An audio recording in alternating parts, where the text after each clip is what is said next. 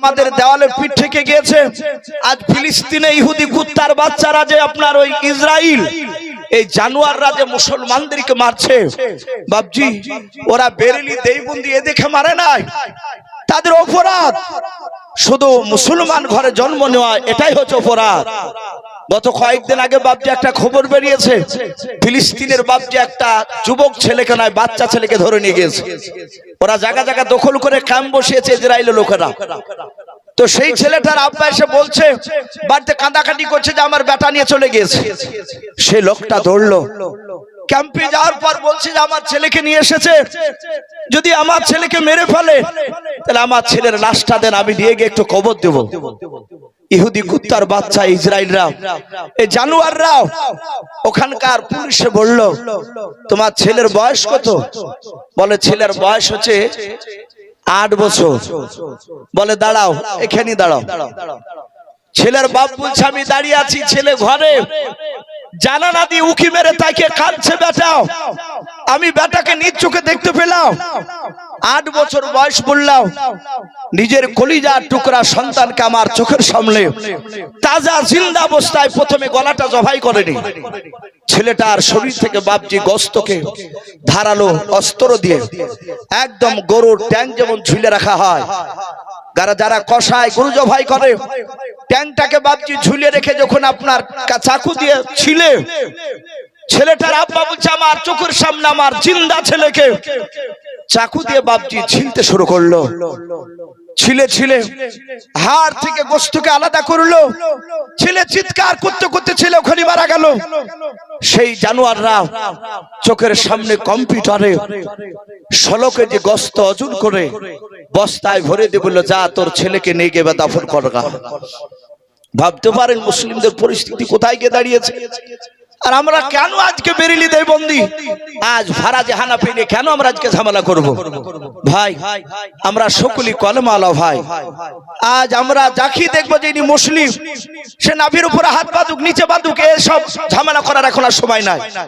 আমরা ভাই দেখলি তাদেরকে সালাম দিব, বলুন ইনশাআল্লাহ, বলুন ইনশাআল্লাহ। এটা সাহাবাদের সবচেয়ে বড় আমল ছিল। সাহাবারা বাপজি দেখলি তারা প্রথমে সালাম দিতে।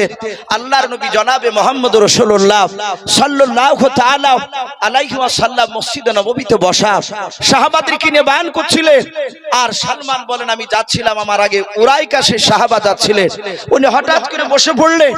আল্লাহ রাসূলের সাহাবা সালমান ফারসি বলেন আমি কাছে গেলাম, যার পর শুধু বললাম আসসালামু আলাইকুম ওয়া রাহমাতুল্লাহি ওয়া বারাকাতুহু। সালমান ফারসি রাদিয়াল্লাহু তাআলা আনহু বলেন আমি উরাইকার কাছে গিয়ে সালাম দিলাম। উনি সালামের বাপনি উত্তর দিলেন ওয়া আলাইকুমুস সালাম ওয়া রাহমাতুল্লাহি ওয়া বারাকাতুহু। হযরতে সালমান বলে দেখলাম উরাইকা শুধু আমার সালামের উত্তরটা দিয়ে দিলেন। সাহাবারা জানতেন সালাম দেওয়া হচ্ছে সুন্নাত আর উত্তর দেওয়া হচ্ছে বাপজি ওয়াজিব।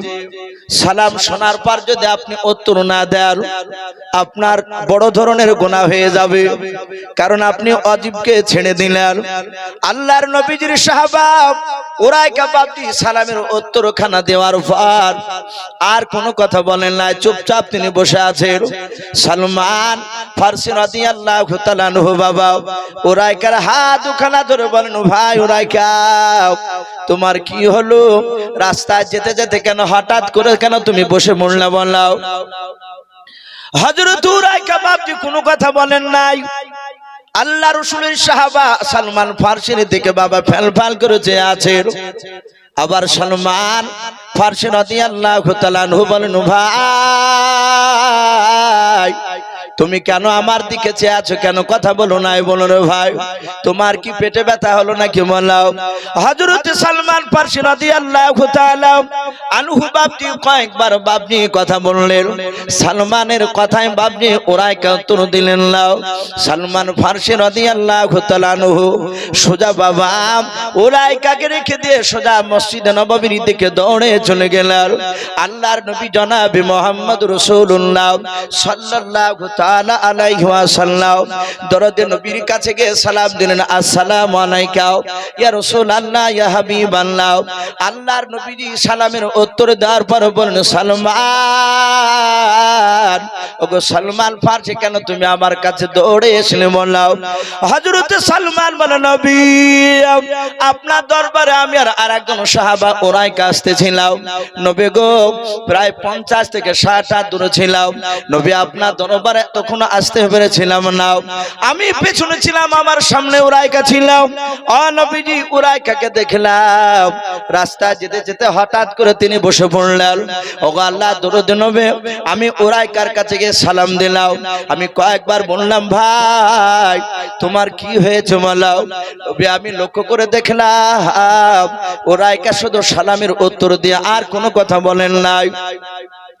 ও নবী এখনো বসে আছে উরাইকা রাস্তায়। ওগো আল্লাহর নবী আপনার অনেকগুলো সাহাবা রয়েছে মসজিদে নববীর ভিতরে, যে কোনো একজন সাহাবার মারফতে আপনি উরাইকাকে ডেকে নিয়ে আসুন। আল্লাহর নবী জনাবে মুহাম্মদ রাসূলুল্লাহ সাল্লাল্লাহু তাআলা আলাইহি ওয়াসাল্লাম বিশ্ব দরদি নবী বললেন, ওগো আমার উরাইকা আমি কাউকে বলবো না, আমি তোমাকে বলবো। এই সালমান ফারসি আমি উরাইকাকে ডাকতে কাউকে বলবো না, শুধু তোমাকে।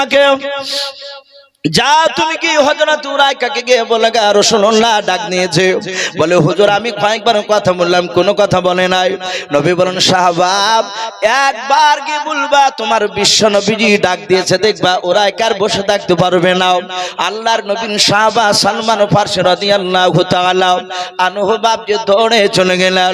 দৌড়ে যাওয়ার পর হযরত উরাইকাকে বাপজি দ্বিতীয়বার সালাম দেওয়ার পর উরাইকার হাত ওখানে জড়িয়ে ধরে বলেন, ওরে ভাই উরাইকা শুনে নাও, আমি তোমাকে ব্যক্তিগত ডাকতে আসি নাই রে ভাই, সারা পৃথিবীর দরদ নবী জনাবে মুহাম্মদ রাসূলুল্লাহ সাল্লাল্লাহু তাআলা আলাইহি ওয়াসাল্লাম তোমাকে ডাক নিয়েছে ভাই। হযরত সালমান বলে, যখনই নবীজির নাম করলাম আর উরাইকা বসে থাকলো না, চট করে উরাইকা দাঁড়িয়ে গেল।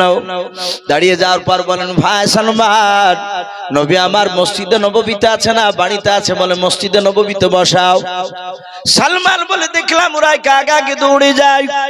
আমি উরাইকার পেছন পেছন দৌড়ে চলে যাওয়ার পর দেখলাম আল্লাহর নবীজির কাছে উরাইকা গিয়ে সালাম দিলেন। আল্লাহর নবী বলেন, উরাইকা তুমি মসজিদে আস্তে আস্তে কেন, তুমি রাস্তায় বসে গিয়েছিলে বলো। এই উরাইকা তুমি আমার দরবারে আসার সময় কেন মসজিদে তুমি দাঁড়িয়ে গিয়েছিলে, একটু তাড়াতাড়ি বলো। উরাইকা আস্তে করে বলছেন, হুজুর কিছু হয় নাই। আল্লাহ দরদি নবী বলেন, কেন বসেছিলে বলো। উরাইকা আস্তে করে বলে, নবী আপনার দরবারে যদি একটু জোরে আওয়াজ হয়ে যায় আপনি বেয়াদবি হলে মাফ করবেন। ওগো আল্লাহর নবী শুনে নেন, আমার কিছু হয় নাই, আপনি আমাকে বসতে বলেছিলেন তা আমি রাস্তার ধারে বসে গিয়েছিলাম। জোরে বলুন সুবহানাল্লাহ।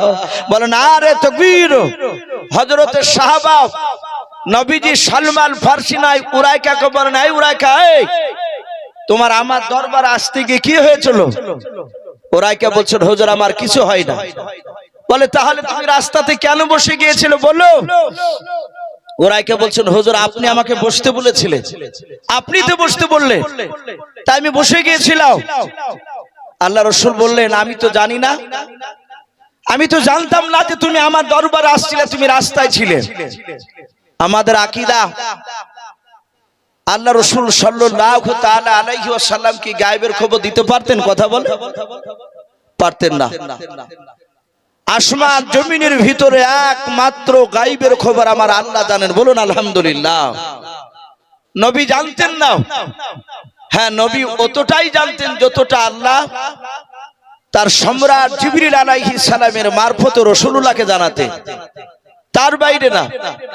নবী বলছেন, ভাই উরাইকা আমি জানতাম না যে তুমি রাস্তা দিয়ে আসছিলে, আমি তো তোমাকে বসতে বলি নাই। বলে হুজুর আপনি যে বললেন সাহাবা বসো, আল্লাহ রাসূল বলেন কথা সত্য, আমি সাহাবাকে বলেছিলাম, কিন্তু তুমি সাহাবা তোমাকে নয়।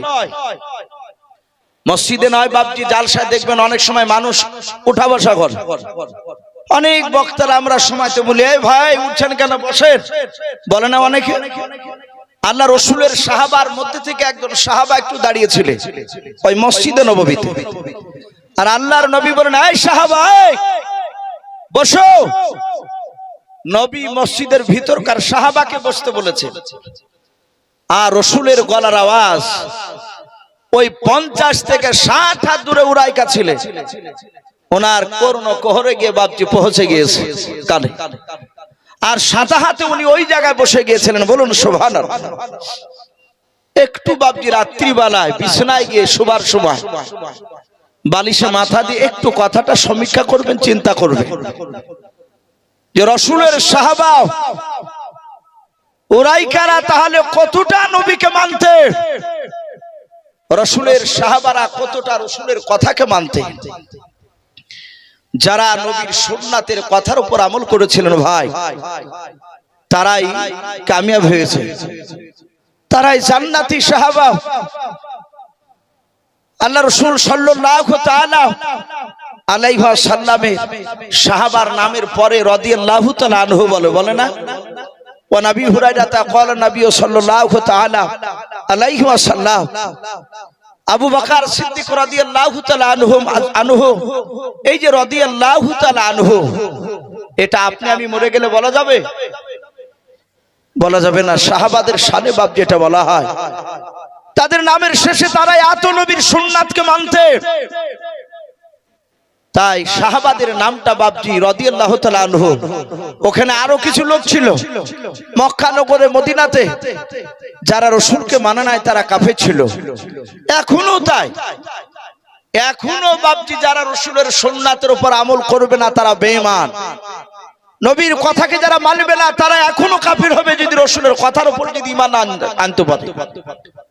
ভাই আমি আপনাদেরকে অনুরোধ করব, সারা রাত শোনার নামটা ঈমান নয়, অল্প শুনুন আর আমল করি বেশি। আমরা আমল যদি না করি বাপজি, মৃত্যুর পর যে কত ভয়ঙ্কর, শুধু মৃত্যু হতে দেরি, কবরে গেলি বাপজি বুঝতে পারা যাবে। ওলামারা হাদিসের কথাগুলো তারা বলতো, সত্যি সত্য তখন আমরা মানতাম না। রাসূলকে শুধু মৌখিক, শুধু নবীকে ভালোবাসি এতটুকু শুধু লোকের সামনে যদি বলে বেড়ান, চায়ের দোকানে বলেন, কোন জায়গা থেকে বলছেন আমি নবীকে ভালোবাসি, এই মুখে বললে বাপজি এটা ভালোবাসার প্রমাণ হয় না। যতক্ষণ পর্যন্ত আপনার রাসূলের সুন্নাতের উপর প্রতিটা আমল না হবে, স্বামী মাওলানা ইউসুফি হই না কেন, আর মুফতি সাহেবই হন না কেন, আর আপনি হন না কেন, কিয়ামতের ময়দানে বক্তা মুফতি দেখে জান্নাত দিবেন না আল্লাহ। আল্লাহ রাব্বুল আলামিন জান্নাত দিবেন তাদের আমল খানা দেখে। বলুন আলহামদুলিল্লাহ। আমল যার ভালো, যার অন্তর ভালো, সে যাবে যে বাপজি হাসতে হাসতে জান্নাত। আমি প্রতিটা বাপজি ভাইকে অনুরোধ করব, রাসূলের সুন্নাতকে ভালোবাসতে শিখি আমরা। আল্লাহ রাসূলের সাহাবা নয়, আমরা জানি যে রাসূলুল্লাহর আব্বারা টোটাল ভাই ছিল বাপজি কজন, একটু জোরে বলেন তো। নবীর আব্বারা ভাই কটা ছিল শুনেন নাই? 10টা। কটা বললাম? নবীজির আপন আব্বা আব্দুল্লাহরা তার ভাই ছিল 10টা। তার মধ্যে থেকে একটা রাসূলের চাচা ছিল, তার নাম ছিল আবু তালিব। এই আবু তালিব লোকটা জান্নাতি না জাহান্নামী? ভাই একটু জোরে বলেন তো। এই আবু তালিব এ জাহান্নামী, কিন্তু ওনার জীবনী পড়ে দেখা যায়, সিরাতে হালবিয়া বলে একটি কিতাব আমাদের উলামায়ে দেওবন্দে লেখা, অনেক বাপজি নবীজির সিরাতের বই লেখা আছে আবু তালিব বিশ্ব নবীকে কেমন ভালোবাসতে। সম্মানিত ভাইরা আমার, বাবা জীবনেরা, আল্লাহ রাসূলের চাচা আবু তালিব জাহান্নামী হয়েছিলেন, কিন্তু রাসূলুল্লাহকে তিনি ভালোবাসা কম করেছিলেন না, নবীকে ভালোবাসতে। কিতাবে লিখেছে আল্লাহ রাসূল সাল্লাল্লাহু তাআলা আলাইহি ওয়াসাল্লাম যখন প্রথম জামানায় কলমার দাওয়াত দিতে লাগলেন, আল্লাহ রাসূলের কথা সবাই মানেনি। আবু জাহেল, উতবা, সাইবা, আবু সুফিয়ান, আবু লাহাব, এরা নবীজির শুরু জামানায় তারা একেবারে রাসূলের বিরোধিতা শুরু করেছিল। এবং আবু জাহেল মৃত্যু পর্যন্ত নবীজির বিরোধিতা করে গেছে। আবু লাহাব, উতবা, সাইবা এরা কিতাবে লিখেছে আল্লাহ রাসূল বাপজি নবুয়ত প্রাপ্ত হওয়ার পরে একেবারে 14 দিনকার দিন, ভাই একটু কান লাগাবে, নবীজি কলেমার দাওয়াত দিতে লাগলেন, 14 দিন ধরে দেওয়া হয়েছে। 14 দিনকার দিন মক্কার চৌরাস্তার মোড়ে আল্লাহ রাসূল সাল্লাল্লাহু আলাইহি ওয়াসাল্লাম তিনি 10-12টা লোককে কলমার কথা শোনাচ্ছেন, জান্নাত জাহান্নামের কথা শোনাচ্ছেন। তারা কিন্তু খুব প্রভাবশালী ব্যক্তি ছিল না, ওই 10-12 জন, তারা গরীব শ্রেণীর মানুষ। আল্লাহ রাসূল তাদেরকে আলোচনা করছিলেন, নবীজির মিষ্টি বয়ান তারা মন দিয়ে শুনছিল। হঠাৎ করে দেখছে বেঈমান Abu Jahl, Utba Shaiba, Utba Utaiba, এইসব জানোয়াররা, কুখ্যাত বাপজি কাফের, মক্কার সেই সময় তাবুর নেতা, এরা দল বেঁধে যে দেখছে সে মুহাম্মদ সাল্লাল্লাহু আলাইহি ওয়াসাল্লাম এই তো জান্নাত জাহান্নামের কথা শোনাচ্ছে, আমাদের বাপ দাদা ধর্মের বিরুদ্ধে কথা বলছে। আবু জেহেল যাওয়ার পরই অমনি ডাক দিয়ে বলে, এই ভাতিজা, এই। আল্লাহ রাসূল এভাবে তাকে বললেন, চাচা কি হলো? আবু জেহেল চোখ দুটো লাল করে মোটা মোটা করে সবাই মিলে রুখে গিয়ে আবু জেহেল বিশ্বনবীর এইভাবে কলার খানাকে বাবজি ধরলো, যাবা কলারটা ধরে ডাক দিয়ে বলে, এই আব্দুল্লাহর সন্তান, তোকে এতদিন আলামিন বলতাম, সত্যবাদী বলতাম, ভালো বলতাম, শোন আজ 14 দিন থেকে তুই নতুন দিনের দাওয়াত দিছিস, আমাদের বাপ দাদা ধর্মের বিরুদ্ধে কথা বলছিস। শোন, আজ তোকে সাবধান করে দিচ্ছে, আগামী কাল থেকে যেন কলমার দাওয়াত আর দিবি না। আল্লাহ রাসূল সাল্লাল্লাহু তাআলা আলাইহি ওয়াসাল্লামের শুধু কলারটা বাপজি ধরলো তা নয়, আল্লাহ রাসূলের গলায় এইভাবে আবু জেহেল হাতখানা ধরলো, গলায় হাত দিয়ে ধাক্কা দিয়ে বাপজি আপনার ফেলে দিল রাসূলকে।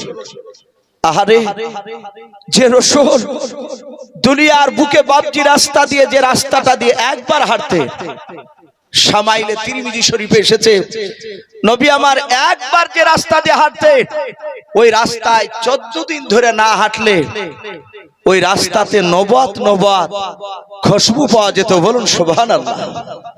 শুধু তাই নয়, নবী আমার যতবার দুনিয়াতে হাসতেন, আল্লাহ রাব্বুল আলামিন নবীজির সম্মানার্থে জান্নাতের মর্যাদা ততবারই বৃদ্ধি করতেন। বলুন সুবহানাল্লাহ। এত দামি নবী, আর সেই নবীকে বেঈমান আবু জেহেল গলায় ধাক্কা দিয়ে বাপজি এমন করে জোরে দিল, রাসূল হুড়মুড় করে পড়ে গেল। নবী পড়ে গিয়ে বলেন, চাচা আমি তো অন্যায় করি নাই, আমি এদেরকে জাহান্নামে যাবে, এদেরকে জাহান্নাম থেকে কি করে জান্নাতে যাবে সেই রাস্তা বলতে এসেছি, আর আপনি আমাকে গলায় ধাক্কা দিয়ে ফেলে দিলেন। আবু জেহেল সবাই চিৎকার করে বলে, এই আর দ্বিতীয়বার আওয়াজ করলে তোকে এর চেয়ে বেশি আঘাত দেওয়া হবে, যা এক্ষুনি চলে যাও, আগামী কাল থেকে যেন কলমার দাওয়াত দিবি না। রাসূলকে ধাক্কা দিয়ে বাপজি বের করে দিল। কিতাবে লিখেছে ওই সময় রাসূলের আপন চাচা আবু তালিব, এই আবু তালিব কুরাইশ বংশের, মক্কা নগরে উনিও একজন বড় মাপের নেতা, উনিও বড় নেতা, আবু জেহেলদের মতো তাবর নেতা। আবু তালিব যাচ্ছেন তো দেখছেন সেই ওই নেতারা। আবু তালিব গিয়ে বলছেন, ভাই কি ব্যাপার? উতবা সাইবা, আবু সুফিয়ান, আবু লাহাব, এই আবু জাহাল, কি ব্যাপার? সব নেতাগুলো এখানে, আমরা 2-4টা দেখেন পার্টির এক জায়গায় নেতা থাকলে আমরা বলি, ভাই কি ব্যাপার? সব নেতা গেলে এখানে এক জায়গায় বলে একটা কাজে এসেছিলাম, চা খাচ্ছে।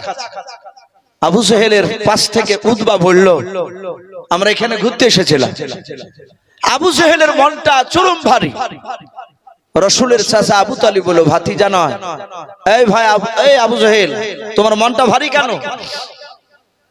আবু জেহেল মুখটা ভারী করে বলল, শুধু তোমার ভাতিজার জন্য বেঁচে গেল, এই কথা বলেছে। আবু তালিব বলল, ভাতিজা মানে কোন ভাতিজা?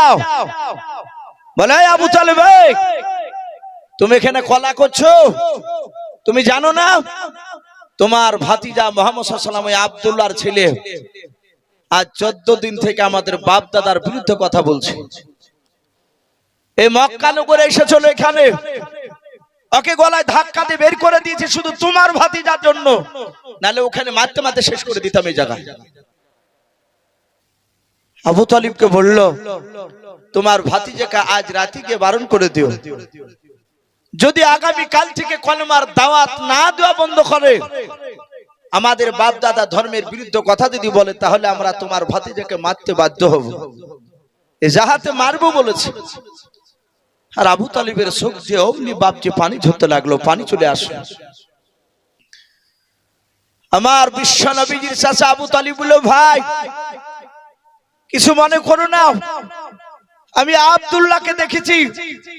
আমরা ব্যবসা করতে গিয়ে আমার আব্দুল্লাহর ছেলে মুহাম্মদ সাল্লাল্লাহু আলাইহি ওয়াসাল্লাম যখন তার মার পেটে 6 মাসের বাচ্চা ছিল, সিরিয়ায় ব্যবসা করতে গিয়ে মারা গিয়েছে।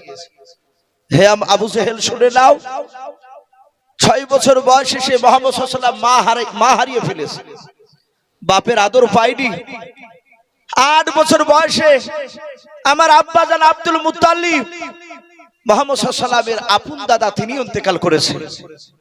তারপর থেকে না 8 বছর থেকে নিয়ে পর্যন্ত আমার কথা মোতাবেক চলে, আমাকে খুব ভালোবাসে, আমিও তাকে ভালোবাসি।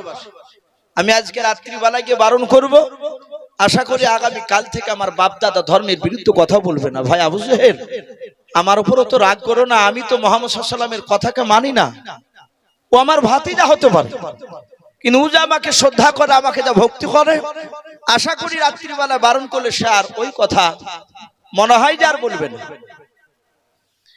আবু জেহেল বলল, ভাই যদি তোমার কথা মেনে নাই তাহলে তোমার ভাতিজাকে 3টা পুরস্কার দেওয়া হবে।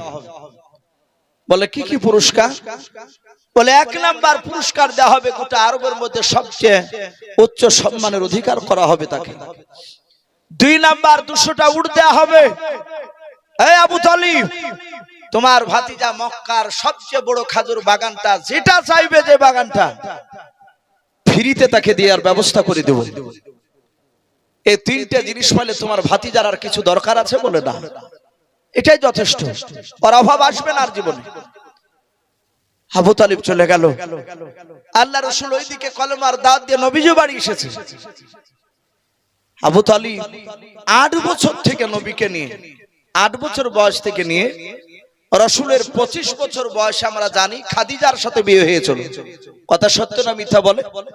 খাদিজার তখন বয়স ছিল বাপজি মাত্র 40 বছর, আর আমার বিশ্ব নবীর বয়স কত বললাম?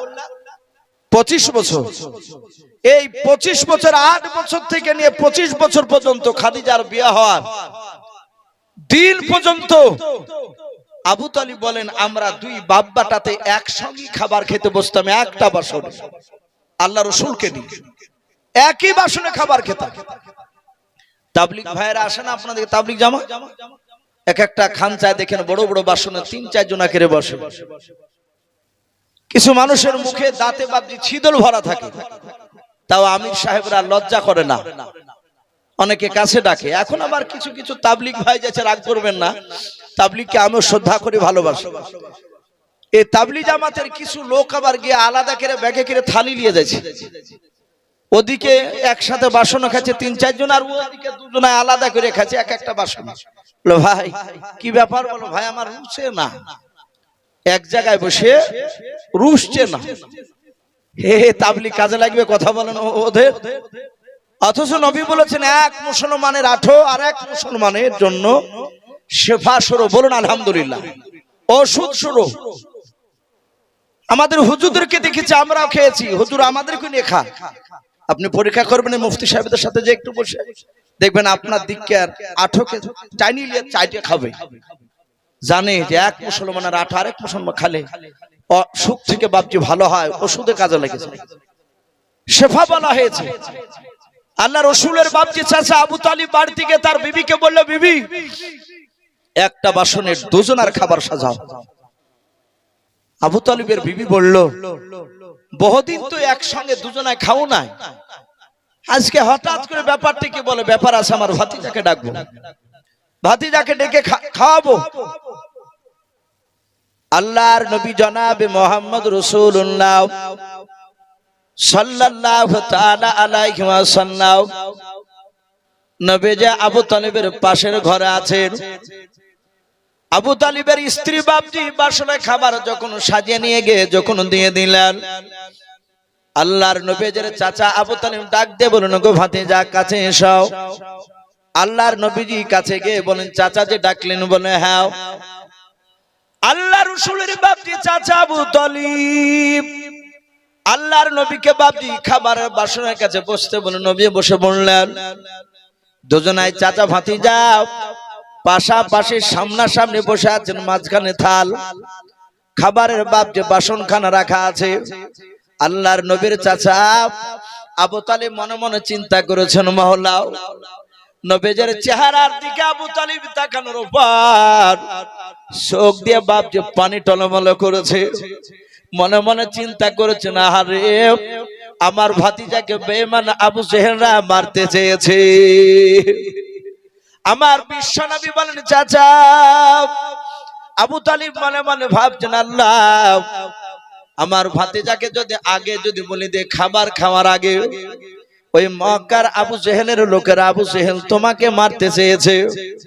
আবু তালিব চিন্তা করলো, আমি খাবার খাওয়ার আগে যদি ভাতিজাকে যদি বলে দিয়ে আমার ভাতিজা হয়তো দুঃখ করে আর হয়তো খাবার খাবে না, আর আমার ভাতিজা যদি খাবার না খায় সারা রাত আমিও ঘুমাতে পারবো না। বলুন সুবহানাল্লাহ। কি ভালোবাসা! আমরা অনেক মানুষ ভাবছি এখান থেকে শিক্ষা নিতে জানিনি। আমাদের এখানে অনেক সন্তান রয়েছে, অনেক মানুষ হয়তো আজ থাকতে পারেন বাপ্পাটা জালসা শুনতে এসেছে, হয়তো মোটরসাইকেলে বেটাতে চালিয়ে নিয়ে এসেছে। আমাদের অনেক সন্তানরা ছেলেরা ভুল করে না। অনেক সময় ছেলের বাপ বকে, জনম দুঃখিনী সন্তানের মাকে ওই লোকটা তার স্ত্রীকে বলে যে ছেলেকে খাইতে দিবি না, বকে চলে যায়। মা থাকতে পারে না, সন্তান না খেয়ে থাকবে। এ মার সহ্য হয় না। পাশের বাড়ির বাপ যে আপনার যে কোনো গাছের গুড়িতে হয়তো বসে আছে ভয়ে, বাপের ভয়ে, মা চুরি করে বাপ যে আঁচলে লুকিয়ে খাবার নিয়ে যে বেটাকে খাইয়ে দিয়ে আসে, বেটা না খেয়ে থাকবে। আর সেই সন্তানরা হতভাগারা বাপ মাকে বাপ যে আমরা চিনতে পারি না, বড় হওয়ার পর বাপ বুড়ি হয়ে গেলে বাপ আমাদের কাছে বিরাট বোঝা হয়ে যায়, বিরাট বোঝা হয়ে যায়। আমি লালগুলাতে বাপজি একটা জায়গায় জালসা করতে করতে যাহাতে পিতা মাতার হক সম্বন্ধে বলতে বলেছি, যাহাতে আলোচনা করেছি, আর এরকম অনেক লোক বসেছিল। একটা ছেলে মানুষ, সে তার প্যান্ট পরা প্যান্ট শার্ট পরে ধড়াম করে উঠে বলছে, হুজুর একটা কথা বলবো। তা বললাম, ভাই বলে। একদম বাস্তব বলছি। অমনি উঠে বলছে, আপনার বাপকে আপনি ভাদেন তো? একবারে সামনাসামনি একসের। তা বললাম, ভাই আপনার কি মনে হয়? আমার মনে হয় যে আপনি মনে হয় আপনার বাপ মাকে ভাদেন না। অনেক মানুষ একবারে ডাইরেক্ট বলছে, আপনার বাপকে ভাদেন তো? আর পিতামাতার ওয়াজ করছে।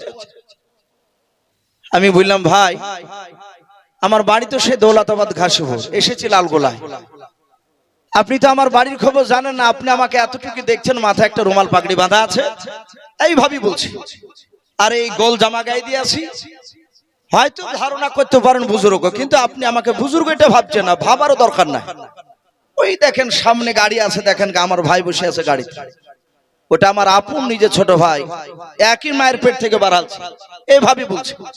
ওই ভাইটাকে যে বলেন গা যে ইউসুফ তোমার বড় ভাই তো, হ্যাঁ, ওর বাপ মাকে দেখে কিনা সেটা বলেন। যদি বলে ওই ভাই, কিংবা আপনি কাজই চলেন গ্রামে, প্রমাণ যদি করেন যে ইউসুফ সাহেব তার বাপ মাকে ভাদাই নাই, গাড়ি দিয়ে দিব, টাকা নাই, এখন এত বেশি নিয়ে আসে, দিয়ে দিব, আপনাকে কথা দিচ্ছি।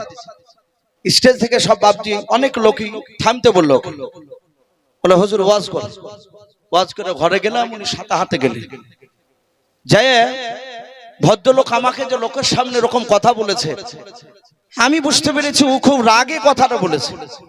জোরে হাত ধরে বলছে, হুজুর মাফ করবে, আমাদের এখানে এলাকায় গোটা 20 মাওলানা আছে, হাফেজ বলেন, মাওলানা বলেন, আপনাকে প্রমাণ দেখে দিব, একটা আলেমও ভাদাই না, বাপ মাকে ভাদাই না। তা আমার ধারণা যে হয়তো আপনিও মনে হয় দেন না। ভাবছে না ভাই, খারাপ ভাববেন না, পৃথিবীতে এখনো হক্কানি আলেম আছে, এখনো বহু আলেম আছে। আমি হয়তো সেই জায়গায় পৌঁছাতে পারিনি, কিন্তু আমিও দেখেছি অনেক আলেমকে তার মার সেবা করতে, হ্যাঁ, কিন্তু বেশিরভাগ মা সেবা করছে না, এটা বাস্তব। অনেক জায়গায় দেখতে পাওয়া যাচ্ছে। আমার বিশ্ব নবী দরদি নবী বাপ মার মর্যাদার এত কথা বলেছে। আমরা কপালে ঘটা যদি ফেলে দিই, আপনি 1 লাখ কেন 10 লাখ টাকা দান করেও মা বাপকে যদি আঘাত দেন, কোনো কাজে লাগবে না, এটা কোনো কাজে লাগবে না। কিন্তু লাগার আগে আপনার বাপ মার খিদমত করা লাগবে। আমি বলছিলাম, সেই আবু তালিব তার সামনে বাপ যে আপনার দাঁড়িয়ে আছে, তার ভাতিজা বসা, চিন্তা করছে না আগে খাবারের আগে, খাওয়ার আগে বলবো না, খেলে এই জন্য বাপজি অনেক সন্তানকে খেতে দিয়ে অনেক বাপ মারা থালা কাড়িলে, এটা ঠিক নয়। তারা খেয়ে নেক, আপনার রাগ হয়েছে, ছেলে খাবার খেয়ে নেওয়ার পরে আপনি তাকে একটু বুঝিয়ে বলুন। আর রাগের মাথায় আপনি গিয়ে বাসনটা কেড়ে নিলেন, ছেলে খাচ্ছিল 2-3 বার মুখে দিয়েছে। সবচেয়ে মারাত্মক অন্যায়, খাবার খেতে খেতে খাবার যদি টেনে নেন, এর ওপর দিয়ে মনে হয় যা দুঃখ পৃথিবীতে নাই। সন্তান অনেকে বাপকে রাগ করে গিয়ে গাছে দড়ি দিয়ে বাপকে ঝোলে, বাপ আমার খাবারটা কেড়ে নিল। আল্লাহ রাসূল সাল্লাল্লাহু আলাইহি ওয়াসাল্লামের চাচা চিন্তা করছে আমি আগে বলবো না, শুধু বললে ভাতিজাও খাবারটা তুমি আগে খাও। আল্লাহ দরদি নবী জনাবে মুহাম্মদ রাসূলুল্লাহ সাল্লাল্লাহু তাআলা আলাইহি ওয়াসাল্লাম নবী আমার হাত ওখানে বাপজি জোড় করে বলেন চাচা। ওই 8 বছর থেকে নিয়ে চাচা শুনে নেন, খাদিজার সাথে বিয়ে করে সেই দিন পর্যন্ত সকাল পর্যন্ত চাচা একসঙ্গে খাবার খেতাও। চাচা গো, আপনি আগে খাবার খেতেন, তারপর আপনার ভাতিজা আমি খাবার খেতাম, বলুন সুবহানাল্লাহ। ওগো চাচা, আপনি যদি আগে খাবার না খান, আপনার ভাতিজা আমিও খাবার খাবো না। যাহাতে রাসূল এই কথা বাপজি বলেছেন, আবু তালিব বাপজি আর ধৈর্যের বাঁধ বাপজি ধরে রাখতে পারলেন না। তুমি ধৈর্যের বাঁধ ভেঙে দিও, আল্লাহর নবীকে বাপজি বুকের সাথে জড়িয়ে ধরেও, নবীর কপালে চুমা দিও, কাদার বলেন বাবা তুমি এত ভালোবাসো আমাকে? বলে হ্যাঁ চাচাও, আমার আব্বা জানকে আমি নিজ চোখে দেখতে পাই না, আব্বা বলে ডাকতে পাইনি রে চাচাও। ও চাচা, আমি আপনাকে কোন সময় আব্বা আব্বা করে ডাকতাম, আবার চাচা বলে ডেকেছি। চাচা আপনাকে বাপের চেয়ে বেশি ভালোবাসি। চাচা গো, আপনি আগে খাবার না খেলে আমি খাবার খেতে পারবো না। আবু তালিব বলল ভাতিজা আর থাকতে পারলাম না। দিনের বেলায় মক্কা নগরে কি আবু জেহেলের সাথে দেখা হয়েছিল তোমার? বলো। আল্লাহর নবী বলেন চাচা দেখা হয়েছিল। বলে কে কে ছিল? বলে উতবা, সাইবা, ওতাইবা আর আবু সুফিয়ান, আবু জেহেল, এরা সবাই ছিল। আল্লাহ রাসূল বলেন চাচা আমি এমন কোন অন্যায় কথা বলি নাই। ও চাচা, মৃত্যুর পর কঠিন জাহান্নামের ঠিকানা আছে, জাহান্নামের জায়গা আছে, ওই জায়গা মানুষ আগুন সহ্য করতে পারবে না। ওগো চাচা, আমি তাই গোটা 10 লোককে আমি তাদেরকে শোনাছিলাম কথাগুলো। আর ওই সময় চাচা আবু জেহেল কোথা থেকে দৌড়ে এসে তারা তাদের বাহুতে বল ছিল, তারা দল সংখ্যায় অনেকগুলো ছিল। তাই চাচা আমার গলায় ধাক্কা দিয়ে তারা এমন করে ধাক্কা দিয়ে ফেলে দিল। চাচা এই দেখেন পড়ে গিয়ে আমার কপালটা একটু ফুলে গিয়েছে, লেগেছে। আল্লাহ রাসূলের চাচা আবু তালিব বাবা, আল্লাহ রাসূলের বাপজি কপাল ফোলা জায়গা আবু তালিব বাপজি মুখ থেকে থুতু বের করে দিয়াও, নবীর ব্যথা লাইগায় জায়গায় একটু বুনিয়ে দিলেন। বলে বাবা তুমি চলে যাওয়ার পর আমি গিয়েছিলাম, আমার সাথে দেখা হয়েছিল রে বাবা। ওদের ভঙ্গিমা গালা দেখলাম খুব ভালো লাগে নাই, ওদের চাউনি দেখলাম চোখগুলো মোটা মোটা হয়েছে রে বাবা, মনে হয় তোমাকে আর বেঁচে রাখবে না, মারবে। ভাতিজা আমাকে বারণ করে দিয়েছে বলতে, আমি তোমার হাত ওখানে ধরে বলি বাবা আগামী কাল থেকে যেন আর কলমার দাওয়াত তুমি দিবা না। শুনে না আমাদের বাপ দাদা ধর্মের বিরুদ্ধে কথা বলবা না। আল্লাহর নবী জনাবে মুহাম্মদ রাসূলুল্লাহ সাল্লাল্লাহু তাআলা আলাইহি ওয়াসাল্লাম বলেন চাচা আর কিছু বলেছে? বলে হ্যাঁ বাবা। বলে কি বলেছে চাচা বলুন। বলে ভাতিজা শুনে নাও, যদি তুমি কলেমার দাওয়াত দেওয়া বন্ধ করে দাও তাহলে তোমাকে 3টে পুরস্কার দিবে। বলে কি চাচা? বলে প্রথম নাম্বার, গোটা মক্কা নাই গোটা আরবের মধ্যে সবচেয়ে তোমাকে সম্মান 1 নম্বর করা হবে। 2 নাম্বার, দুটো হিষ্টপিষ্ট নাই, হিষ্টপিষ্ট একটা নাই দুটো নাই, তোমাকে 200টা উড়দান করা হবে। মক্কা নগরে যে খেজুর গাছটা বাগানটা চাইবা সেই বড় বাগানটা তোমাকে ফ্রিতে দেওয়া হবে। ওরে আমার ভাতিজা এগুলো হলে তোমার আর কিছু করা লাগবে না জীবনে, এতে সংসারে চলে যাবে। ও ভাতিজা খবরদার তুমি জানো কলমার দাওয়াত দিতে যেও না, কাফেররা আবু জেহেলরা তোমাকে মারবে। আল্লাহর নবী বলেন চাচা আর কিছু দিতে চেয়েছে, 3টা বাদ দিয়ে বলে নাও। এই 3টা দিতে চেয়েছিল বাবা। আল্লাহর নবী বলেন চাচা এই 3টা কেন, সারা পৃথিবীর ধন সম্পদ যদি আমাকে দিয়ে দেয়। ওগো চাচা শুধু তাই নয়, আসমান থেকে চাঁদ বিড়ি নিয়ে এসে যদি আমার বাম হাতে দিয়ে দেয়, আসমান থেকে সূর্য নিয়ে এসে যদি ডান হাতে দিয়ে দেয়, চাচা খোদার কসম করে বলে শুনে নেন, ওগো চাচা আমি কলেমার দাওয়াত দেওয়া বন্ধ করব না। জোরে বলুন সুবহানাল্লাহ। বলে এই চাচা, চাঁদ সূর্য দিল, আমি কলেমার দাওয়াত বন্ধ করব না, হক কথা বলবই।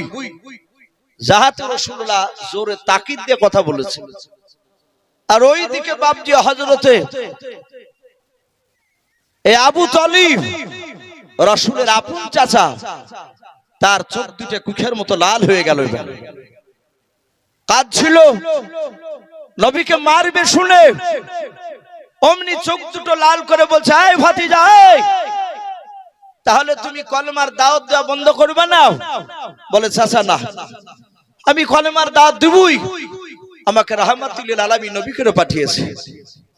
সাদা হাতে আবু তালিব ডাক দিয়ে বলল, ভাতিজা শুনে নাও, আমি লাত উজ্জার কসম কেন বলি।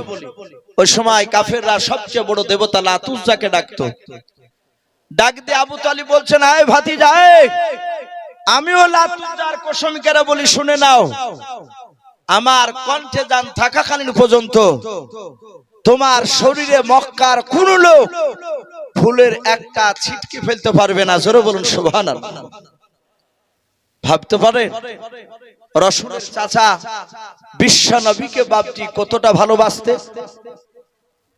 এত ভালোবাসার পরও কিতাবে লিখেছে, নবীজির চাচা আবু তালিব ইন্তেকাল করলেন। নবীজির চাচা বেঁচে থাকতে, আবু তালিব বেঁচে থাকতে আবু জেহেলরা মারলি, নবীজির চাচা শুনতে পেলে দৌড়ে যেতেন আর কাফেররা ছেড়ে দিয়ে পালিয়ে যেত। রাসূলের গার্ড হিসাবে বাপজি ছিল। নবীজির চাচা যখন বাপজি আপনার ইন্তেকাল করে, আল্লাহর দরদি নবীর আপন চাচা ইন্তেকাল যখন করে, কিতাবে লিখেছে তার মওতের সময় আমার বিশ্ব নবী বলেছিলেন, চাচা একটিবার শুধু কলমা পড়ে। আবু তালিব বলেছিল, ভাতিজা আমি পড়বো না।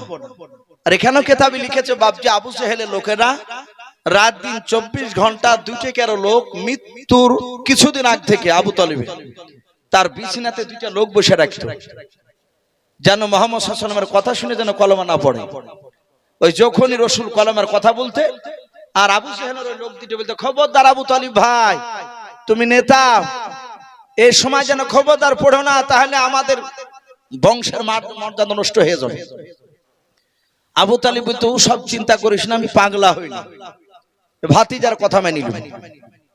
মওতের একেবারে যায় যে অবস্থা, রাসূল বলেন, চাচা একবার শুধু কলমা পড়ো। আপনি এত ভালোবাসেন আমাকে, আপনি একবার কলমা পড়লে আমি কিয়ামতের ময়দানে আল্লাহর কাছে একটু এই কথাটা বলেই আমি আপনাকে জান্নাতে দেওয়ার ব্যবস্থা করে দেব আল্লাহর কাছ থেকে। বলুন আলহামদুলিল্লাহ। আমি আল্লাহকে জান্নাতের জন্য বলবো আপনার জন্য। পড়েনি, মারা গেল। রাসূল এত কাঁদা কালেন, জিবরিল আলাইহিস সালাম এসে বললেন, ইন্নাকা লা তাহদি মান আহবাবতা, ইন্নাকা লা তাহদি মান আহবাবতা। হে রাসূল, আপনি হেদায়েতের মালিক নন, আপনি পথ প্রদর্শক, আপনি দেখান এটা জান্নাতের রাস্তা, এটা জাহান্নামের রাস্তা। কাকে জান্নাতে নিয়ে যাবে, কাকে জাহান্নামে নিয়ে যাবে, এটা আল্লাহই ভালো জানে, আপনি মালিক নয়। হ্যাঁ, কিন্তু আপনার চাচা যে আপনাকে ভালোবাসতো, এই ভালোবাসার কারণে আল্লাহ একটা খুশখবরি শুনিয়েছে আপনাকে। বলে কি? বলে জাহান্নামের সবচেয়ে ছোট্ট আযাবটা আপনার চাচাকে দেওয়া হবে। আল্লাহ রাসূল বুকটা একটু উঁচু করে বুক ভরা আশা নিয়ে বললেন, জিবরিল ভাই, জাহান্নামের সবচেয়ে ছোট আযাব কোনটা একটু বলো ভাই। হে জিবরিল বলল, আমার চাচার ছোট্ট আযাবটা তো আল্লাহ দিব বলেছে, ছোট আযাব কোনটা? বলে আল্লাহ বলেছে জাহান্নামের সবচেয়ে ছোট আযাব আগুনের 2টা জুতো আপনার চাচার পায়ে পরিয়ে দেওয়া হবে। হে রাসূল, আযাবটা ছোট, কিন্তু ছোট আযাবের এত তীব্র আযাব, এত তাপ, যখনই পায়ে দেওয়া হবে সাথে সাথে তার মগজগুলো টকবক টকবক করে ফুটবে।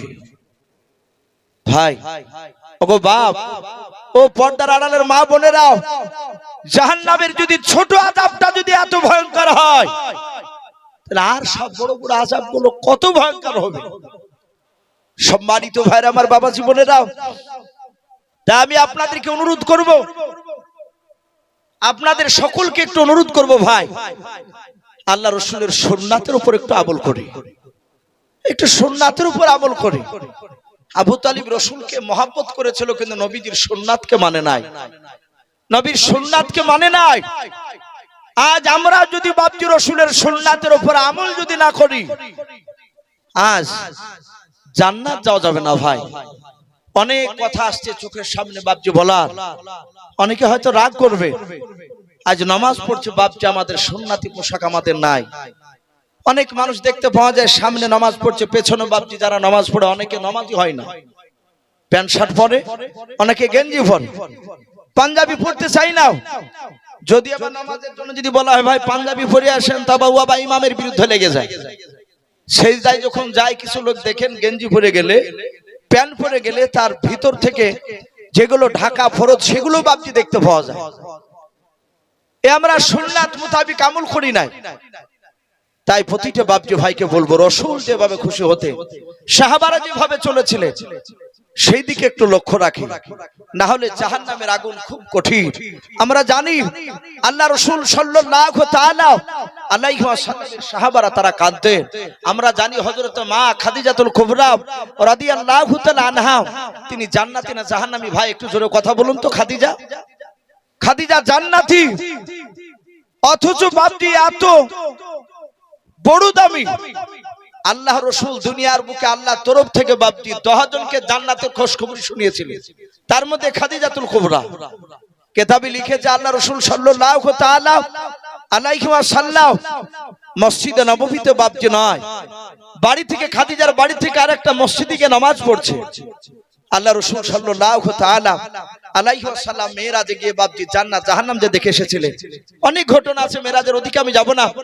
ওখান থেকে বাপজি এসে সাহাবাদের সামনে আলোচনা করে নিজের অর্ধাঙ্গিনী বিবি খাদিজার কাছে গিয়ে বললেন, খাদিজার কাছে যাহাতে বাপজি জাহান্নামের কথা বলেন, হে খাদিজা সাবধান হয়ে যাও। ওগো খাদিজা, তুমি ভেবো না যে আমার স্বামী পয়গম্বর রাসূল বলে আমার কবরে আযাব হয়তো হবে না। এই ভাই, অনেক মানুষ দেখেন চায়ের দোকানে বলে তার বংশ যদি একটা হাফেজ হয়ে যায়, যদি মৌলবি হয়ে যায়, তো বলবো ভাই ও নামাজ না পড়লে হবে, বংশ একটা মৌলবি করে ফেলাচ্ছে। এরকম অনেকে বলে না, অনেকে বলে। এবারে এই কথার দিকে একটু কান লাগাবে। আল্লাহ রসুল বলছেন, হে খাদিজা তুমি ভেবো না যে আমার স্বামী পয়গম্বর রাসূল বলে আমার হয়তো কবরে আযাব হবে না। খাদিজা সাবধান হয়ে যেও, আমি রসুল যেভাবে চলতে বলবো সেইভাবে চলবা। আল্লাহ কোরআন পাকে যেভাবে চলতে বলেছে সেইভাবে চলা লাগবে তোমার। খাদিজার সামনে জাহান্নামের বয়ান সব শোনালে, চলে গেলে। আল্লাহর দরদি রসুল মসজিদে গিয়ে বাপজি সেইটায় পড়ে আছে। আর ওই সময় খাদিজাতুল কুবরা আগিনাতে বাড়ি উঠে এনে বসে, হঠাৎ করে তিনি কাঁদতে কাঁদতে তিনি অমনি হুড়মুড় করে বাপজি মাটিতে কাঠ হয়ে পড়ে গেলেন। আল্লাহ রসুলের কলিজার টুকরা বিটি মা ফাতেমাতুজ জোহরা রাদিয়াল্লাহু তাআলা আনহা, রসুলের ফাতেমাকে এত ভালোবাসতেন নবী। এই আল্লাহ রসুলের কলিজার টুকরা বিটি ফাতেমা, যার ব্যাপারে নবী বলেছেন জান্নাতের নারীদের হচ্ছে আমার বিটি ফাতেমাতুজ জোহরা, তিনি সরদারনি, বলুন আলহামদুলিল্লাহ। এই ফাতেমাতুজ জোহরা রাদিয়াল্লাহু তাআলা আনহা তিনি দেখলেন মা কাঁদতে কাঁদতে বেহুশে মাটিতে পড়ে গেল। আল্লাহ নবীজির কলিজার টুকরা বেটি ফাতেমা দৌড়ে গিয়ে বাপজি মা মা করে কাছে গেলেন। যার পর মা মা করে হাত ওখানে ধরে ডাকছেন, দেখছেন মার মুখে বাপজি সাড়া নাই, আওয়াজ নাই, খাদিজা নাই। ফাতেমা তাকে দেখে খাদিজার মুখ দিয়ে বাপজি ফেফড়া উঠে গিয়েছে। আল্লাহ রসুলের কলিজার টুকরা বিটি ডান দিকে বাম দিকে তাকে দেখলেন কেউ নাই মা ছাড়াও। যায় আমার আব্বাকে ডেকে নিয়ে আসে। ফাতেমা জানতেন আব্বা বাড়িতে থাকলে বাজারে আড্ডা মারতেন না। আল্লাহর নবীজি বাপজি মসজিদে গিয়ে বেশি সময় কাটাতেন, তা বাদ বাকি বাপজি কলমার দাওয়াত দিতে যেতেন। আজ আমরা বাপজি মসজিদে সময় কম দিই, বাজার ঘাটে বাপজি আড্ডা বেশি লাগাই। আল্লাহর নবীজির বাপজি সাহাবা নয়, নবীজির কলিজা টুকরা বিটি ফাতেমাতুজ জোহরা রাদিয়াল্লাহু তাআলা আনহা চলে গেলেন মসজিদে। বাবা যার পর দেখছেন মসজিদে বাপ যে তার আব্বা সেজদা আছে। আল্লাহর নবীর বিটি ফাতেমা মসজিদে গিয়ে সালাম দিলেন, আসসালামু আলাইকুম ইয়া আহলাল মসজিদ। মসজিদে যখন সালাম দিলেন, আল্লাহ রাসূলের বাপজি কলিজার টুকরা বিটি সালাম দেওয়ার পর মসজিদে বাপজি যার পর হাত দিয়ে নয় বাবা পেছন দিক দিয়ে বলেন, আব্বা তাড়াতাড়ি নামাজটা শেষ করুন। নবীজির কানে আওয়াজ গিয়েছেন ফাতেমা জোহরা রাদিয়াল্লাহু তাআলা আনহার কান্নার আওয়াজ। আল্লাহ দরুদ নবী কান্না সহ্য করতে পারতেন না। হাদিস শরীফে পাওয়া যায় আল্লাহর নবীর কলিজার টুকরা বেটে মা ফাতেমা জোহরা রাদিয়াল্লাহু তাআলা আনহা কাজ করতেন বাপজি, বাড়ির কাজ করতে করতে হাতে বাপজি ফোঁসা পড়ে যেত। আল্লাহর নবীর কলিজার টুকরা বেটে ফাতেমা এত গরিব ছিল। আলী রাদিয়াল্লাহু তাআলা আনহু নবীজির জামাই। আলী বলেন, ওগো ফাতেমা আমি গত পরশুদিন তোমার আব্বার সাথে যুদ্ধের ময়দানে গিয়েছিলাম। তোমার আব্বা অনেক বাদী পেয়েছে, অনেক গোলাম পেয়েছে। যাও তোমার আব্বাকে গিয়ে বলো গা একটা গোলাম কিংবা বাদী নিয়ে আসবা, তোমার সংসারে কাজ করবে, এতে তোমার উপকার হবে। আল্লাহর নবী বাপজি কথা শোনার পর নবীর বিটি ফাতেমা জোহরা রাদিয়াল্লাহু তাআলা আনহা বাপজি চলে গিয়েছিলেন। আল্লাহ রাসূল দূর থেকে দেখলেন ফাতেমা জোহরা আসছেন। আল্লাহ দরুদি নবী বাপজি সাহাবাদের সামনে মজমায় বসেছিলেন। নবী আমার ফাতেমাকে দেখে বাপজি কাছে গিয়ে বলেন, বেটে কেন তুমি আসলে? তোমার জামাইকে দিয়ে খবর দিলে তো আমি পয়গম্বর তোমার বাড়িতে গিয়ে দেখা করে আসব। সেই নবীজির কলিজার টুকরা বিটি ফাতেমা জোহরা রাদিয়াল্লাহু তাআলা আনহা ডাক দিয়ে বলেন, আব্বা জান তাড়াতাড়ি নামাজ শেষ করুন। আল্লাহ দরুদি নবী নামাজ শেষ করলেন। তাকে বলেন, মা রে কেন কান্না করেছো বলো? ফাতেমা ডাক দিয়ে বলেন, আব্বা আমার মা এতক্ষণ মনে হয় আর বেঁচে নাই। দরদি নবী ফাতেমাকে নিয়ে বাড়ি চলে গেলেন। যার পর ঠান্ডা পানি দিয়ে খাদিজার মুখে চেহারায় ছিটা মারলেন। খাদিজার জ্ঞান ফিরলো।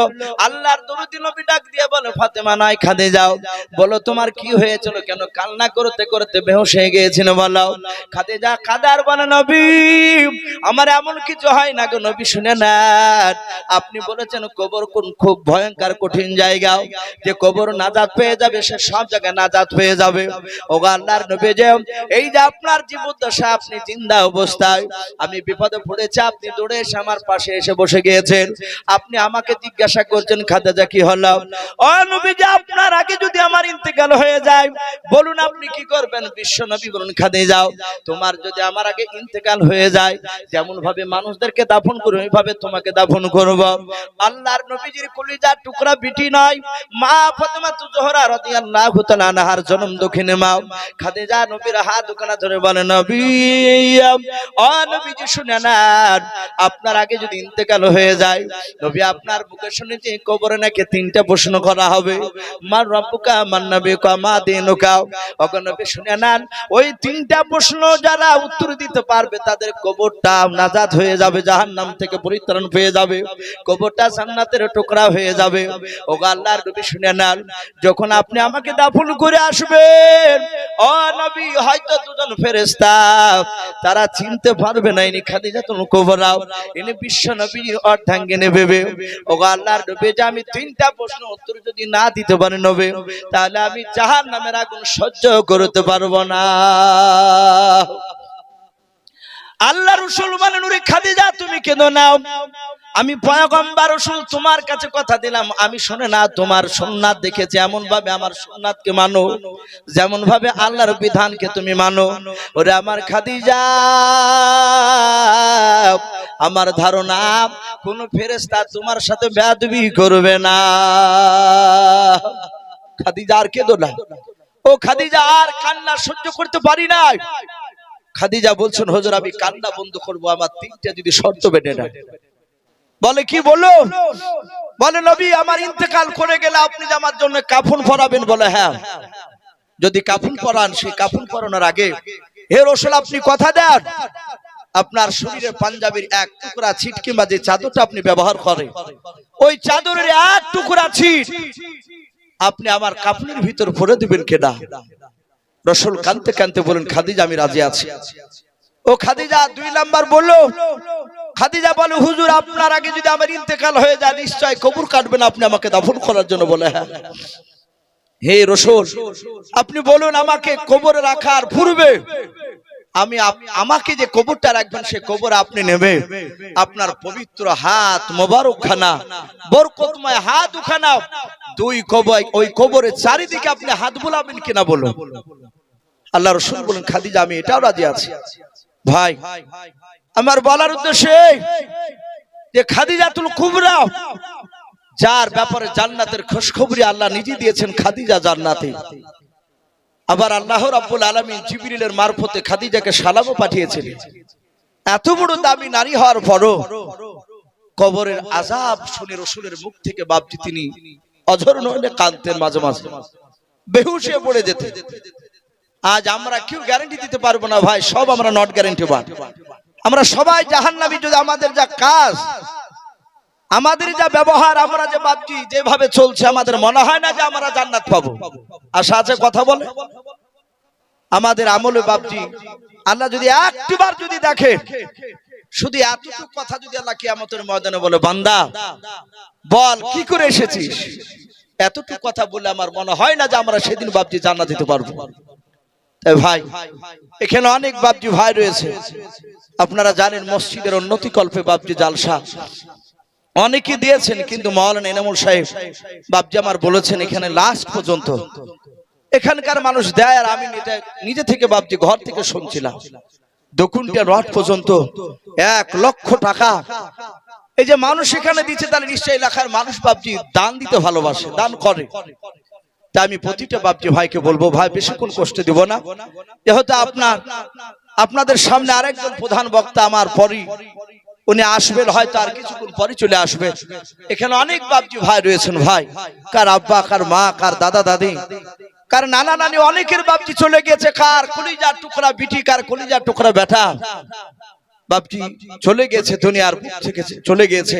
তা আমি অনুরোধ করব ভাই, তারা কবরে কোন অবস্থায় আছে আমি জানি না, আমি প্রতিটা বাপজি ভাইকে ভাই আমি অনুরোধ করব, আমি বেশি নয় 1,50,000 আমি এটা চাইবো না ভাই, এখানে যারা আছেন বেশি নয় মাত্র বাপজি 5,000 করে টাকা, বেশি নয়। এনামুল বাপজি আমাকে বলেছেন যে বাপ একটু শেষের বেলা একটু চাইবা, মানুষ দিবে 5,000 করে টাকা ভাই, যদি কোন আল্লাহর বান্দা শেষের বেলায় থাকে, বেশি নয় মাত্র 10 জন ব্যক্তি একটু ভাই ঝটঝট করে আসে।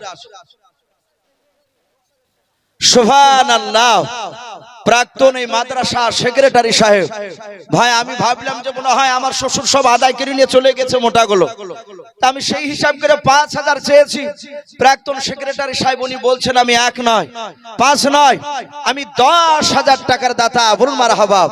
ভাই দেন বা না দেন একবার আল্লাহু আকবারটা বলবে।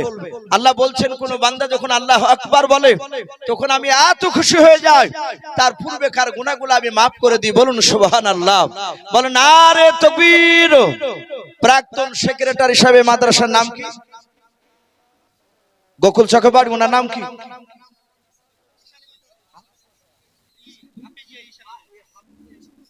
হাফিজা ইশাক আলী মন্ডল। প্রাক্তন যে সেক্রেটারি হাসান আলী মন্ডল, উনি বলছেন আমি 10,000 টাকার দাতা। বলুন মারহাবা।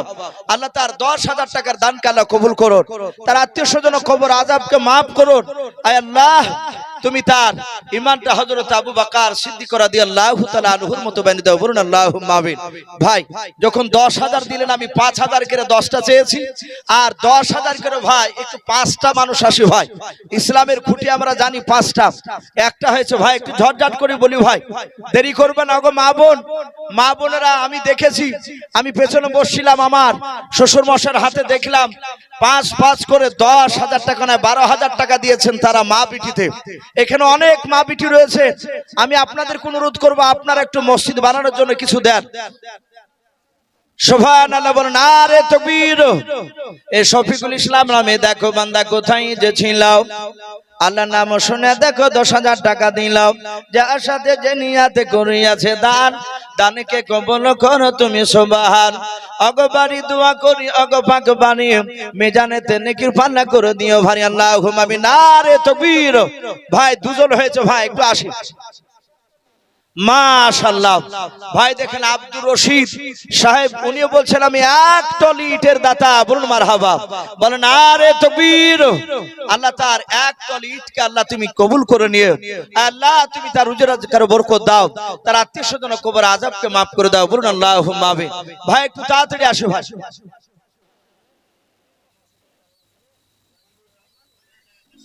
সুবহানাল্লাহ। দেখেন নাজিবুর রহমান সেই রেজিনগর কাশীপুর, বেলডাঙ্গা রেজিনগর কাশীপুর, উনি বলছেন যে আমি 10,000 টাকা দামের একটা পাল্লা দিবেন মসজিদের, বলুন আলহামদুলিল্লাহ, বলেন আরে তাকবীর। নাজিবুর রহমান রেজিনগর সেই কাশীপুর থেকে বলছেন আমি মসজিদের দরজা 10,000 টাকা দামে দেব। আল্লাহ তার 10,000 টাকা দামের এই দরজাকে আল্লাহ কবুল করে নেন, বলুন আল্লাহুম্মা আমিন। আয় আল্লাহ তুমি বলেছো যারা মসজিদে দান করবে তাদের জন্য আমি জান্নাতে 1 টাকার ঘর বানাবো। ওগো মালিক আমি তোমার কাছে দোয়া করি মহল্লাও যারা দান করছে যারা করতে পারে নাই তুমি সকলের জন্য জান্নাতে তুমি 1 টাকার আমাদের ঘর বানিয়ে রাখো, বলুন আল্লাহুম্মা আমিন, বলেন আরে তাকবীর। সুবহানাল্লাহ। দেখেন মাওলানা সিরাজুল সাহেব, হাফেজ সিরাজুল ভাই আমার, উনি কাটা বাগানে থাকেন। আমি গত 3-4 বছর থেকে ওনাদের মাদ্রাসায় যাই, আল্লাহ বেচারা আল্লাহ আগামী তো আছে জালসা, উনি এসে কথা বলছিলেন আমার সঙ্গে, উনি বলছেন যে আমিও 5,000 টাকার দাতা, বলুন মারহাবা। আল্লাহ তার 5,000 টাকা দানকে মাওলানার কবুল করে নিয়ে মহল্লা তুমি তার আত্মীয় স্বজন কবর আযাবকে তুমি maaf করে দাও, বলুন আল্লাহুম্মা আমিন। ভাই একটু তাড়াতাড়ি আসো ভাই, আজ আপনাদের কাছে জান নয় সাহাবাইকে দাও রসুলের দরবারে তারা বসা ছিলেন। আল্লাহ রসুলের বাপজি যুদ্ধের ময়দানে কিছু বাপজি মাল আপনার চাইলে যুদ্ধের ঢাল, যুদ্ধের লোহার পোশাক এই সাহাবাদের বেশি নাই, তাই ঘোড়া এসব কেনার জন্য বলিল গো সাহাবাইকে দাও তোমরা যে যা পারবে আজকে মাল নিয়ে এসে দান করে দাও। সাহাবাইকেরা আমরা সকলে বসেছিলেন, হঠাৎ করে বাপজি একটা রসুলের বাপজি সাহাবিয়া একটা নারী তার কলিজার আপনার 1.5 বছরের বাচ্চা হাতে করে এইভাবে তুলে বলছেন রাসূলুল্লাহ আমার সামর্থ্য এমন কিছু নেই, ধন সম্পদ আমার নাই, আমার এই সন্তানটা আপনার যুদ্ধের জন্য আমি দান করে দিলাম, বলুন আলহামদুলিল্লাহ। আল্লাহ রাসূল বলেন ওগো সাহাবিয়া বলো এই বাচ্চা কি হবে? বলে নবী এই বাচ্চা বিকৃত এখন হবে না। রাসূল শুনেলেন কাফিররা যখন আপনাকে তলোয়ার চালাবে কোন সাহাবাকে দিয়ে দিবেন যার কাছে ঢাল থাকবে না, তখন এই বাচ্চাটা এইভাবে যেন তলোয়ার সামনে দিয়ে ঢাল স্বরূপ যেন ধরে রাখে। ভাই আজকে জান নয় তারা জানের প্রতিযোগিতা করতেন, আজকে জান নয় বাপজি কিছু মাল ধন সম্পদ থেকে বাপজি কিছু মাল টাকা একটু আসে ভাই ঝটঝট করে দি। সুবহানাল্লাহ। মুমিনুল শেখ এখানে বাড়ি নাকি?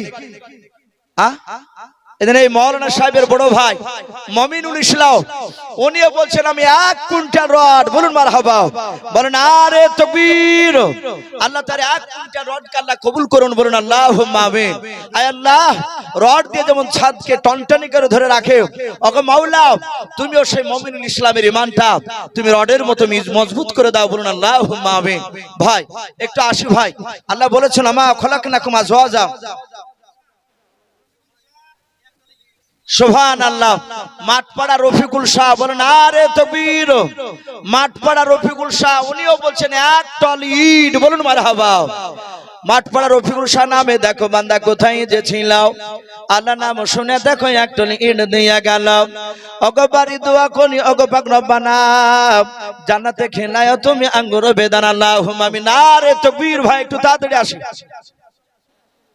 মাশাআল্লাহ। দেখেন এই মাওলানা সাহেবের আবার মেজো ভাই উনিও বলছেন 1 টলি বালি, বলুন মারহাবা।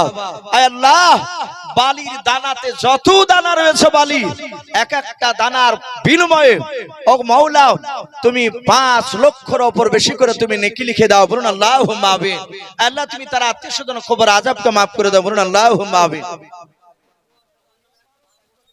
মাশাআল্লাহ। দেখেন মাওলানা সাহেব নাম মৌলানা হাজিকুল ইসলাম সাহেব, এ দেখেন ওরা ভাই ভাই বাপজি পাল্লা পালি শুরু করে দিয়েছে। মৌলানা হাজিকুল ইসলাম সাহেব উনিও বলছেন এক টলি বালি বলুন মারহাবা, বলেন আরে তাকবীর। আল্লাহ সেই মাওলানা ভাইয়ের এক টলি বালিকে আল্লাহ কবুল করে নে মহল্লা, তুমি তার ইলমিয়াতকে কবুল করে নাও, বলুন আল্লাহুম্মা আমিন। আল্লাহ তুমি তার দ্বারা দ্বীনের খিদমত তুমি করে নাও, তার আত্মীয়স্বজন কবর আযাব মাফ করে দাও, তাদের রুজি রোজগারে বরকত দাও, বলুন আল্লাহুম্মা আমিন। ভাই আসি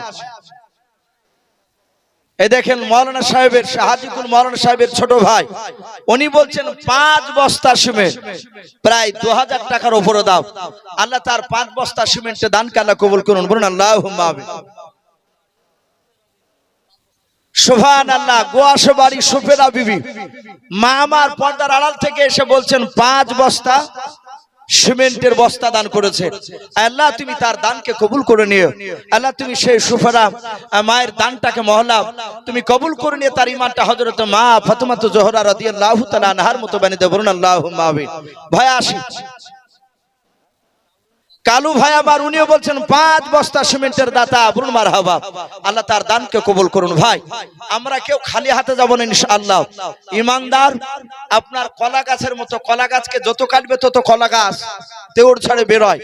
ইমানদার একবার দিয়ে বাপজি বন্ধ হয় না। ভাই একটু আসি, আমার পরিবক্তা আসবে, ভাই দেরি না করে একটু তাড়াতাড়ি আসে। আমি এই জালসার কমিটি ভাইদেরকে বলবো ভাই প্রধান বক্তাকে একটু রেডি হতে বলবে, হয়তো মানুষ বিরক্ত হতে পারে।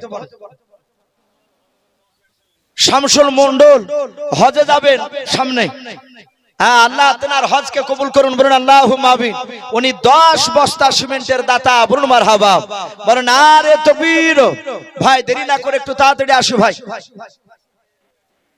সুন্দরা নারে তাকবীর।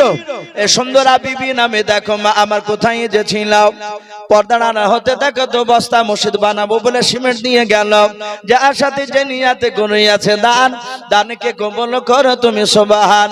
অগবানি দোয়া করি ওগো পাকবানি, মিজানেতে নেকি পানা করে দিও ভারি, আমি পাপী গুনাহগার দোয়া নাহি জানি, তার জন্য দোয়া করবে ফাতেমা জননী, আল্লাহুম্মা আমিন। নারে তাকবীর। নেরে সাগাওয়া নামে দেখো বান্দে কোথায় যে ছিলাম, আল্লাহ নাম শুনে দেখো স্বামীর নামে 40 কেজি ধান দিয়ে গেলাম, যে আশাতে যে নিয়াতে করিয়াছে দান, দানকে কবুল করো তুমি সুবহান। আর দোয়া করি বলো তাহারও স্বামীর জন্নতে, সুখে শান্তি দেখো তুমি কবর বুকে, আল্লাহুম্মা আমিন। নারে তাকবীর।